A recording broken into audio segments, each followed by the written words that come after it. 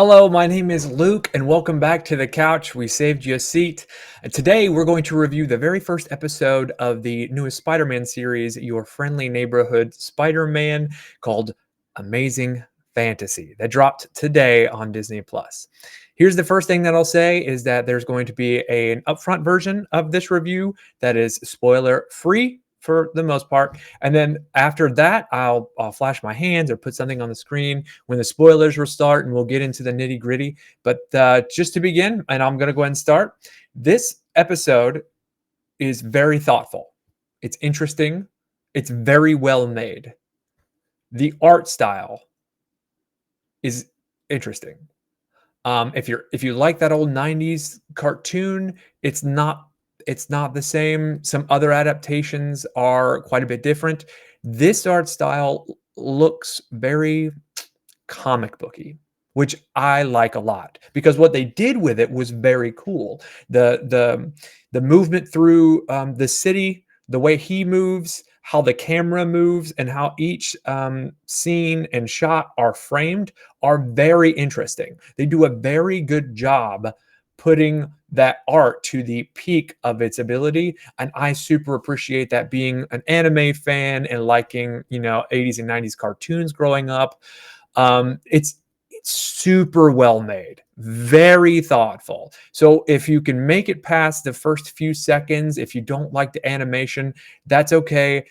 I'm sure you'll come around, because they do such a good job with the camera direction and putting the perspective of Spider-Man in the city, and being adventurous in the forefront. And it's very, very, very cool.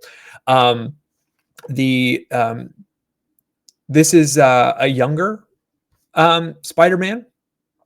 Not my favorite kind of Spider-Man, but younger. My favorite Spider-Man is the late teens, maybe early 20s kind of Spider-Man, who is figuring out how to be an adult, and who's been through a few things, and is maybe at the Daily Bugle. This Spider-Man is pretty young. He's a pretty young Spider-Man, and it's not my favorite, but they do a great job. They do an exceptional job. I would say there's a lot of millennial influence in this show, as opposed to Gen Z or Gen X. It's got that kind of flavor. They do a good job of setting the universe. You kind of just jump right in. This Peter Parker he's pretty self-aware. He's fairly self-aware. And they also introduce quite a few new characters that I liked. I liked all of them. I don't think there was one new character who I thought was flat or not interesting, or I'll begrudge seeing in future episodes or future seasons. All the characters were very, very cool. This is an extremely thoughtful show. It is a tight 23 minutes. You're going to finish your meal and the episode's going to be done, and you might be like, oh, what are we going to do next? Thankfully, Disney Plus released the second episode already. So, and I think they're dropping in pairs. So if they're not, that stinks. But at least this one, you get a second helping immediately after, if you're interested in that.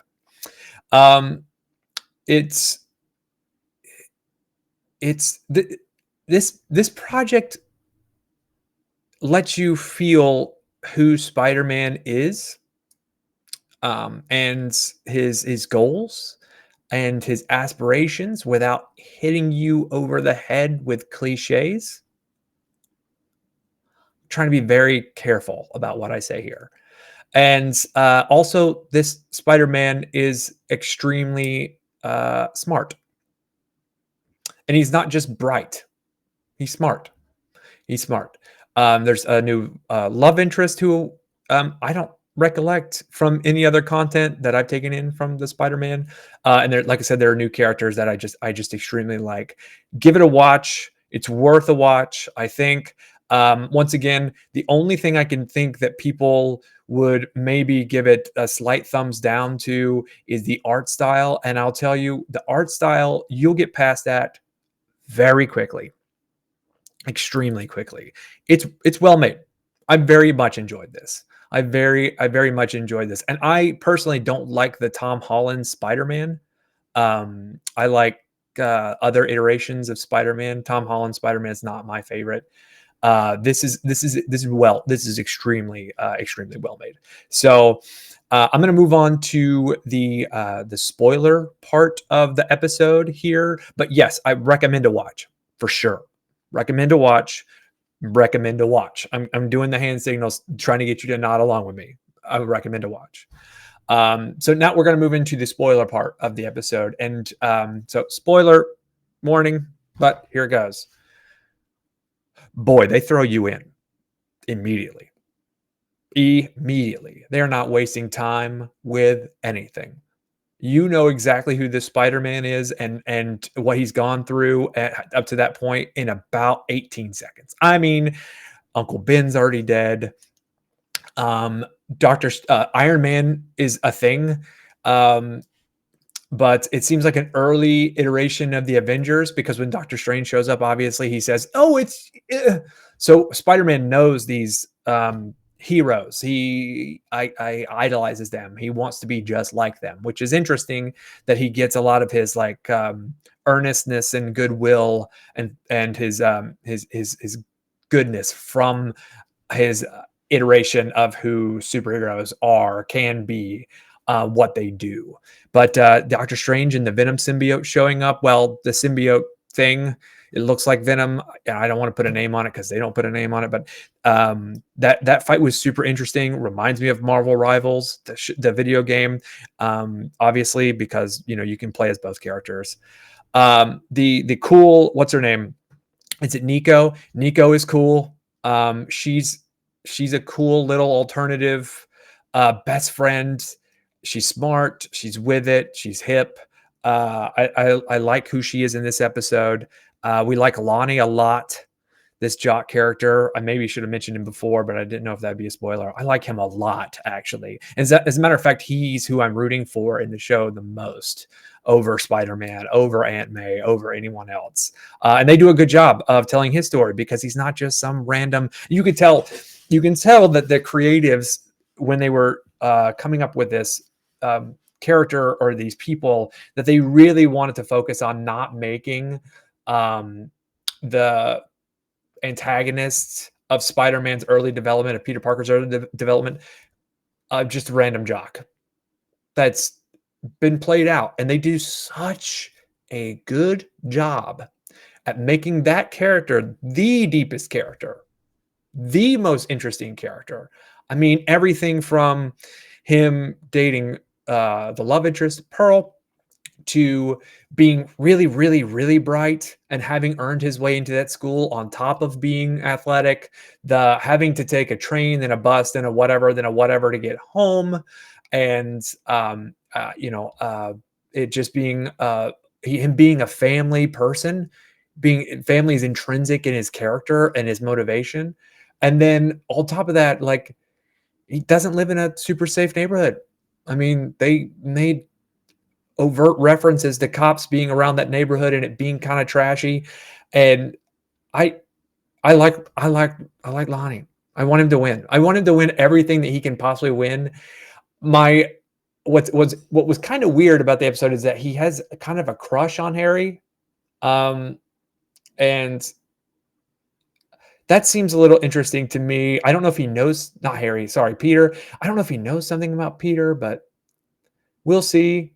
It's a little strange. That part is a little bit not awkward. There's like that little bit of insecurity. I don't hate it. I'm just interested to see where that goes. Harry, obviously, I just misspoke and said his name earlier, but Harry makes a cameo. We get a few other cameos. Spider-Man fights a few people. He starts with, random thugs, and then he catches this young woman who's trying to who stole money from a pizza place, because her life is downtrodden too. And so it really highlights and identifies that this isn't a perfect world.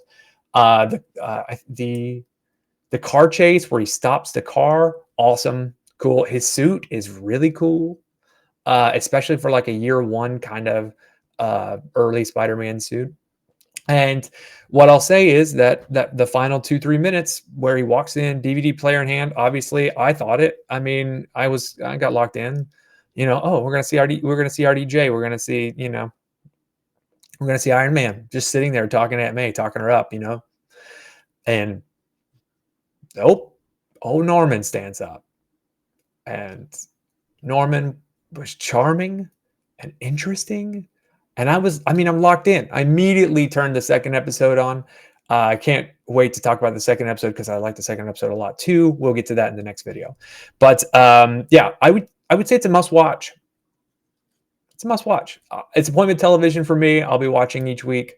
And I look forward to episode 3 or episode 2 and talking about it as well. So until next time, come sit on the couch, hang out with me, the kitchen couch it is, and let me know what you think in the comments. Feel free to like and subscribe, and we'll see you next time.